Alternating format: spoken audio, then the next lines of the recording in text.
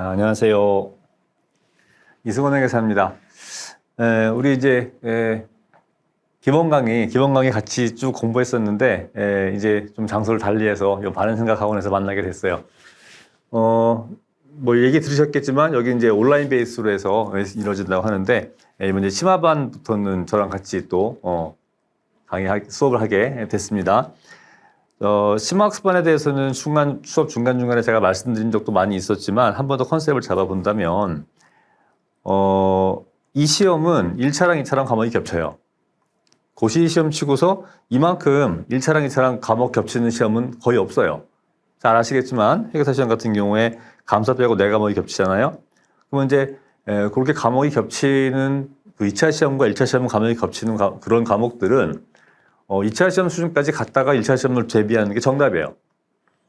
근데 이제 우리가 시간 관계상 2차 시험 수준까지 준비하기가 또 만만치 않으니까 보통 이제 1차 시험 준비를 한 상태에서 이제 2차 시험 수준까지 올라가지 못하고 바로 이제 객관식 준비를 하게 되는데 그 전에 2차 시험 대비까지는 아니어도 약간 수준을 높여보자. 1차와 2차와 중간이죠. 1.5차 정도의 그 정도의 이제 수업이 필요함을 절실히 느껴서 개설되게 된 과목이에요.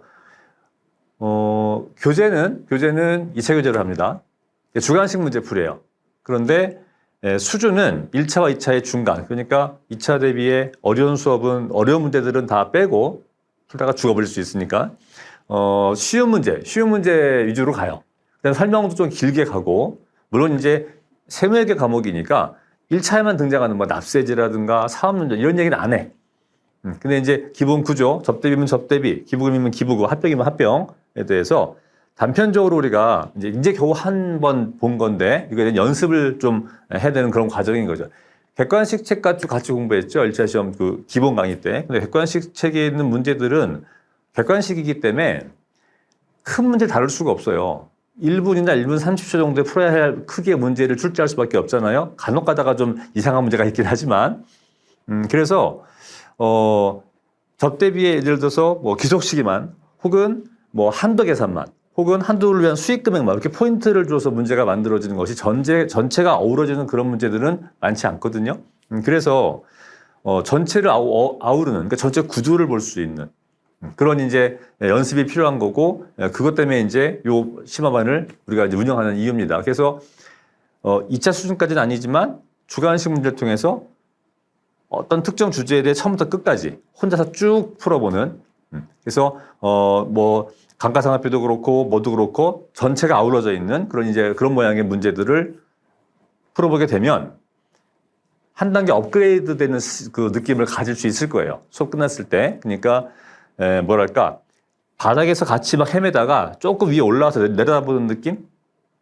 그래서 다른 과목은 모르겠는데 3번만큼은 심화반 수업을 들으시는 게 좋아요. 또 뭐 꼭 수업을 안 듣더라 하더라도 2차 교재를 가지고 9월달 객관식 시작하기 전까지 그 쉬운 문제 위주로 해서 어려운 문제 너무 버거우니까 2차 시험용 주관식 문제를 풀이하는 연습이 굉장히 도움이 돼요. 그러니까 심화반의 목적은 2가지인데 기본적인 목적은 내년 동차 합격을 위한 거죠. 내년 1차 시험 끝나고 나서 2차까지 한 3, 4개월 정도의 2차 과목을 돌린다? 무리거든요. 그래서 그 전에 이제 미리 하면 연습, 예방주사 맞는 그 목적이 하나가 있고, 더 큰 목적은 1차 시험이에요.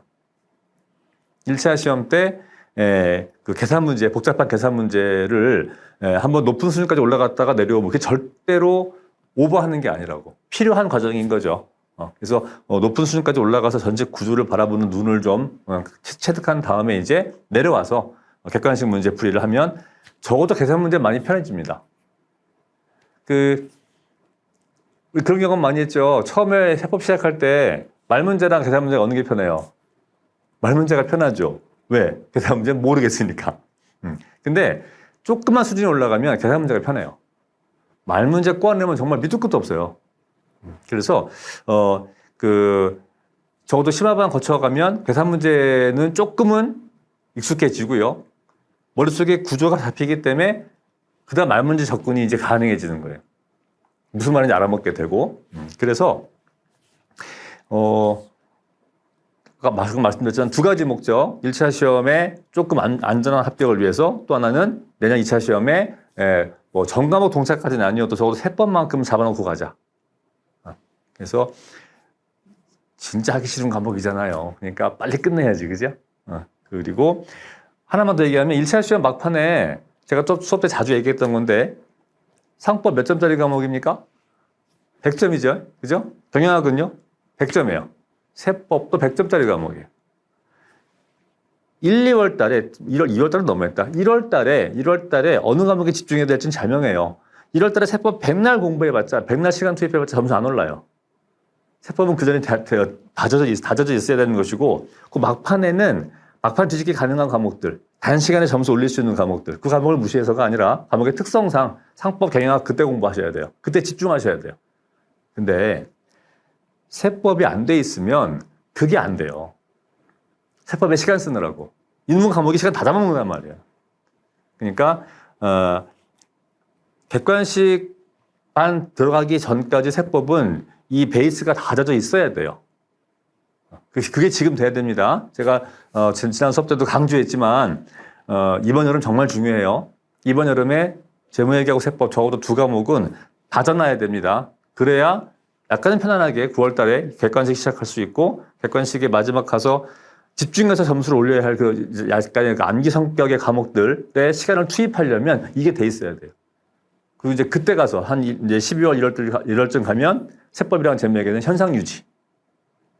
그 전까지 이번 여름에 얼마나 베이스를 올리냐에 따라 가지고 1차 시험이 달라질 수 있단 말이에요.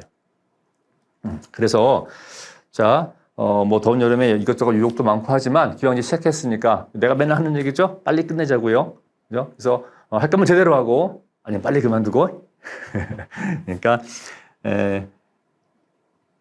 굉장히 뜨거운 여름을 보내야 됩니다. 이번 여름에. 그래서 세법이랑 재무회계, 특히 저는 세법 과목이잖아요. 세법에 대해서 그 정도 수준을 좀 올려놔야 되고, 개론 수업을 소화를 다 못했는데 심화반 따라갈 수가 있을까요?가 제일 많이 드는 질문이에요. 유보가 뭔지 알죠? 그죠? 그러니까 정말 완전 생판 처음인 게 아니라면 적어도 개론 수업을 허덕이긴 했지만 어쨌건 수업 빠지지 않고 어쨌건 참여했고 다 소화하지 못했지만 그래도 뭔가 배운 기억이 남아있고 그 정도면 따라올 수 있습니다. 심화반 수업은 1차와 2차 중간이죠. 그러니까 당연히 접대비란 이런 거야. 이런 설명은 안 해요. 접대비란 이런 거지? 라고 설명하는데 할 얘기는 다 해. 다 알지? 문제 풀자는 아니라는 얘기예요. 그러니까 내용 정리하고 문제 풀고 내용 정리하고 문제 푸는데 그 내용 정리 시간이 모르는 친구한테 알려주는 시간이 아니라 한번 공부해봤잖아. 이거였던 거 기억나니? 이런 식의 수업이 될 거예요.